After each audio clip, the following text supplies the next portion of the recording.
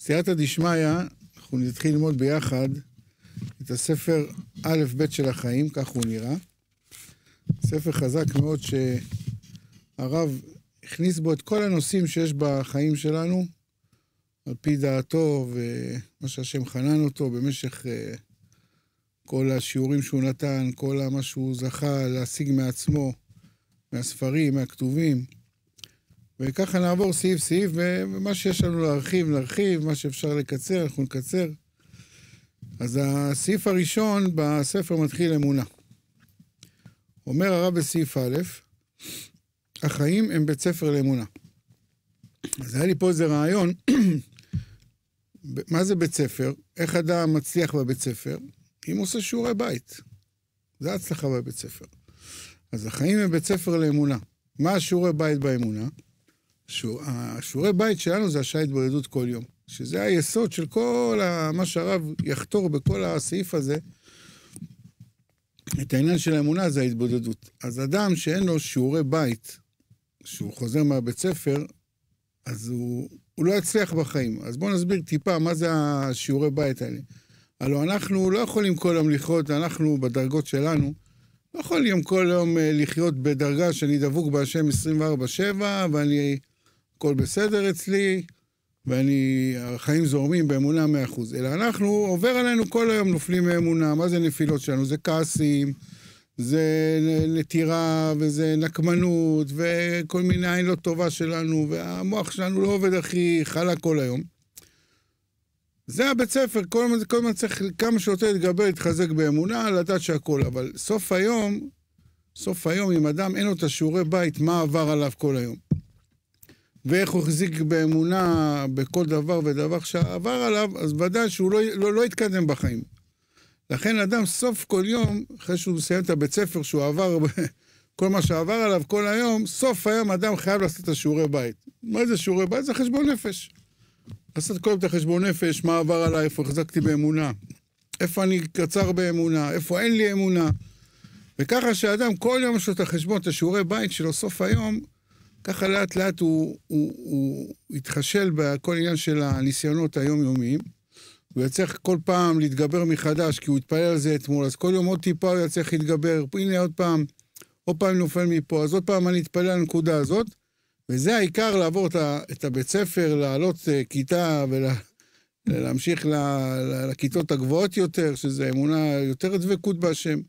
אז לכן האדם חייב שלו את השיעורי בית של סוף היום, שזה החשבון נפש. אז זה סעיף א', החיים בבית ספר של אמונה, השיעורי בית זה החשבון נפש. סעיף ב', האמונה היא יסוד והשורש לכל התורה והמצוות. אז פה אני חייב להגיד לכם, איזה פעם לפני המון שנים, הרב נתן שיעור, והוא אמר דבר כזה, שאם תסתכלו מתחילת בריאת העולם, עד היום, זמננו, למרות שהשיעור הזה לפני המון שנים, היום זה גם יותר, לא היו ישיבות, כמות של ישיבות ולמודי תורה, כמו שיש בדור שלנו. אז הזוהר הקדוש אומר, והרבה ספרים קדושים כותבים, שכל הגאולה זה בזכות לימוד התורה. אז הרב שאל, אז אם יש כזה כמות בדור של לומדי תורה, אז איך לא באה הגאולה? אז הרב אמר, אתם יודעים למה הגאולה לא מגיעה? כי לא לומדים אמונה. כי לא לומדים אמונה, זה הסיבה.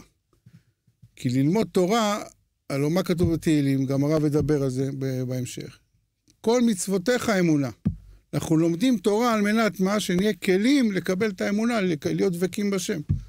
אז לכן מה שהרב כותב פה, סעיף ב', האמונה היא היסוד והשורש לכל התורה והמצוות. שאם אנחנו נגביר את האמונה, את הלימוד האמונה בעולם, במיוחד בכל הישיבות, שילמדו את הספרים וילמדו כל ספר שמדבר אמונה, שאדם מתחזק באמונה, אז באמת אנחנו נזכה לגאולה שלמה. ככה הרב אמר לנו בשיעור שכל הסיבה שהגאולה לא באה, לא לומדים באמונה. אז זה סעיף ב'. ג', יסוד האמונה הוא האמונה בחידוש העולם. שמאמין שהבורא מחדש את כל הבריאה בכל רגע, גם את האדם עצמו. ועל זה יש לנו ברכה, כל יום בשחרית אנחנו אומרים, ברוך אתה השם, מחדש איך אומרים את הברכה הזאת? מחדש מעשה בראשית. אנחנו כל יום מברכים את זה בשם מלכות. הרי שאם אתה מברך דבר בשם מלכות, שאתה כל יום מחדש מעשה בראשית, אז כל יום הבריאה מתחדשת. עכשיו, מה זאת אומרת שכל יום הבריאה מתחדשת? הלוא, הנה, הבית אותו בית, הרחוב אותו רחוב, החבר זה אותו חבר, מה התחדש פה? אז על פי הקבלה ועל פי מה שרבי נתן כותב, שכל יום זה, הבריאה מתחדשת מבחינת הרוחניות שלה. הגשמי נשאר גשמי, אבל הרוחניות שלה מתחדשת כל יום. כל יום השם בורא את הבריאה מחדש מבחינה רוחנית.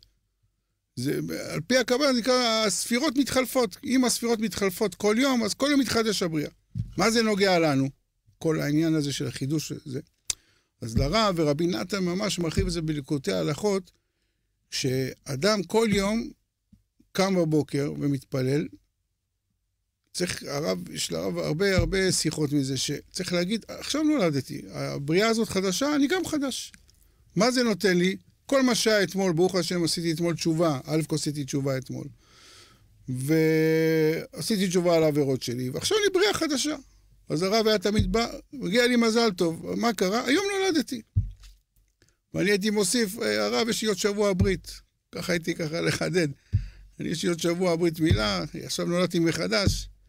אז מה זה עוד נוגע לנו? שעכשיו אני יכול, אם אני מאמין באמונה שלמה, שהיום השם חידש את הבריאה מחדש, וכל מה שהיה אתמול, בחינה של מת והיה ועבר, אז ההתחדשות שלי זה עוד פעם, אני לומד תורה בהתחדשות, התשובה שלי חדשה, הרצונות שלי חדשים, וכך האדם מתקדם בחיים שלו בצורה נפלאה. למה? כי אם אדם חי את העבר, מה היה איתי אתמול, והנה שלשום, ואם הוא חי את העבר שהוא לא מתקדם, כי הוא תקוע בעבר. אבל אם אדם עושה ריסט, סטופ, אתמול מה שהיה היה, עכשיו הבריאה היא חדשה, אז הוא באמת אומר, עכשיו נולדתי, ועכשיו אני מתחיל לעבוד את השם מחדש, כל מה שהיה נגמר, וככה האדם מתקדם בחיים שלו בצורה הכי נפלאה. הסתכל בהרחבה, רבי נתן, אם אני לא טועה, בהלכות ברכות השחר, המון מדבר מהנקודה הזאת של ההתחדשות. זה היה לנו סעיף ג'. סעיף ד', אומר הרב, האמונה מתחילה איפה שהאדם מפסיק להבין. לכן האמונה היא ההפך הגמור מהטבע של האדם שרוצה לראות ולהבין ולדעת. אז אני רשמתי לי דוגמה, איפה נגמר השכל? אדם באמת עכשיו נתן צדקות, עשה מעשרות, והתנהג כמו שצריך בכסף שלו ונתן זה, פתאום הגיע איזה, סתם עשה איזו עסקה לא נכונה, עשה משהו לא נכון, הפסיד כסף. אז אדם יגיד, אוי, מה קרה לי פה? למה? הכל בסדר איתי. פה אדם, עד איפה שאתה מבין שהיית הכל בסדר, זה בסדר. עכשיו אתה מבין שיש פה משהו לא בסדר? פה תגיע לאמונה. אז הרב אומר, מה זה להגיע לאמונה? אתה צריך לתלות את זה, אולי באמת אני חייב לו מגלגול שעבר. אני לא מבין כל כך בגלגולים, מה הייתי גלגול שעבר, אבל אולי, מה שקרה איתי, למה הפסדתי, אני חייב לו מגלגול שעבר. ואז אתה נרגע. קבל את זה באמונה. נגמר לי השכל שאני הייתי עד עכשיו בסדר. עכשיו יש פה משהו לא בסדר.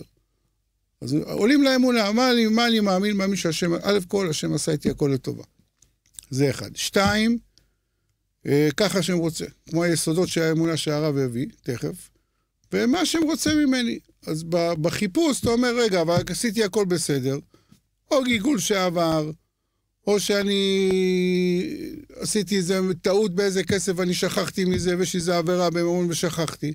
אז ישר עולים לאמונה. איפה שנגמר השכל, עולים לאמונה שהכל לטובה, ככה השם רוצה, ומחפש, מתחיל לחפש גלגולים שעברו, אולי טעיתי באיזה מקום ושכחתי. לכן, אדם צריך ממש להתחזק בנקודה הזאת שאיפה שנגמר לך השכל, אל תתחיל להתבלבל ולהאשים ולכעוס, אלא ישר תעלה לאמונה. זה מה שהרב כותב. האמונה מתחילה כשאדם מפסיק להבין. לכן אמונה היא הפך הגמור מהטבע של אדם שרוצה להבין, שרוצה לראות ולהבין ולדעת. אתה לא יכול עכשיו לדעת למה הפסדת. אם הכל בסדר אצלך. אם לא הכל בסדר אצלך, אז באמת אתה צריך, פה לא עשיתי, לא הסרתי פעמיים כבר, ואתה יכול, זה כבר אתה יודע, כי יש לך שכל להבין מה לא בסדר. אבל איפה שהכל בסדר, ואתה עכשיו רוצה להבין מה לא בסדר, תעלה לאמונה הקדושה.